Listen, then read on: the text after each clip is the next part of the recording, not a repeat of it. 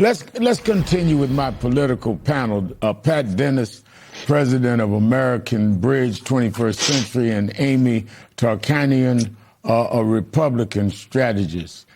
Pat, let's get back to the political fallout from the latest Epstein documents released. The files aren't complete and they're not easily searchable, but everyone is talking about them as millions of Americans are headed home for the holidays. What will the impact be of that? I mean, it's a political disaster for them. And it's a political disaster in more ways than one, right?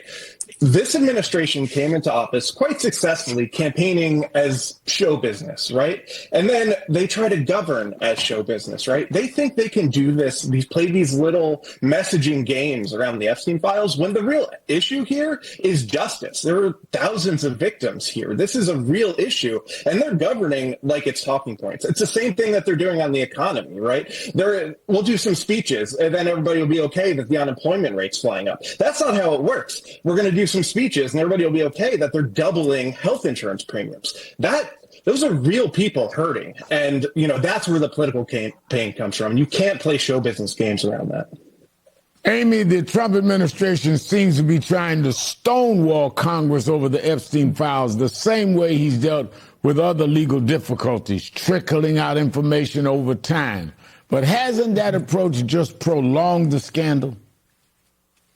It absolutely has. And it's not a mistake that it's actually being released bits and pieces going into the holidays. And so it's basically like equivalent to a Friday night news dump where most people, they hope, will never catch wind of it, or they'll just catch bits and pieces and it will just be a quick discussion over the kitchen table and then glossed over. And I think the fact that we're seeing the amounts that have been released thus far are actual strategy. You're not hearing anything roughly about any Republicans. You're seeing mainly Democrats. And we do know for a fact that there are going to be people on both sides that were part of this disgusting situation. And I think that it is a disappointment in the way that they have released the information. I think that there was hopes dashed horribly with the fact that we had this bipartisan effort passed not long ago, roughly 30 days ago, thinking that everything was going to be released and was going to be transparent.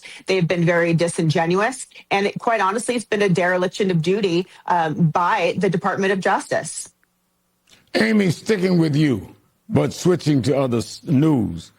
New York Republican Congresswoman Elise Stefanik announced yesterday that she's dropping her bid for New York governor and also retiring from Congress at the end of her term.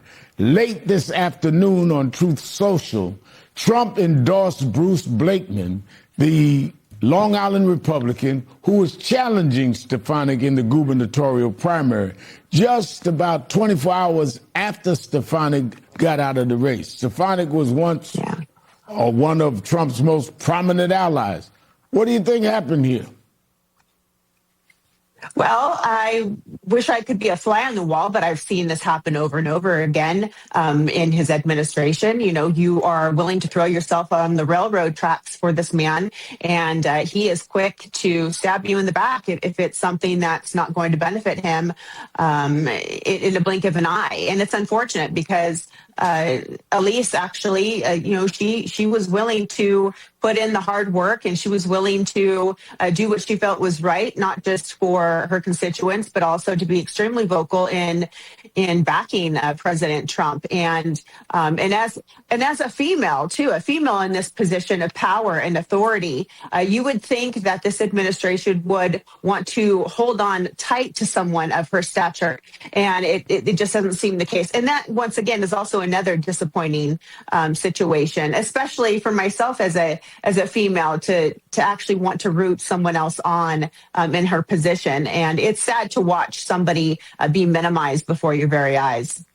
Pat, research from Axios and NPR found that House members are quitting Congress at a record rate, with Republicans outpacing Democrats by a nearly 2-to-1 ratio in the first 11 months of this year. How would you interpret this? What do you think it means? Elise Stefanik is a lesson for all of these fence sitters in Congress who are starting to realize that Donald Trump writes checks and he expects his lackeys in Congress to cash them. All right. He will let these people in Congress pay all of the political price. He's a lame duck. He's not going to have to pay any of it. And these folks who are thinking about running for re-election, more and more of them are going to say, no, it's not worth it. I just deal with the bad parts. And Donald Trump gets to hang out in his ballroom. He gets to rename the Kennedy Center. And meanwhile, these members of Congress essentially have no power other than to rubber stamp healthcare cuts and tariffs. It's really a political disaster for the administration.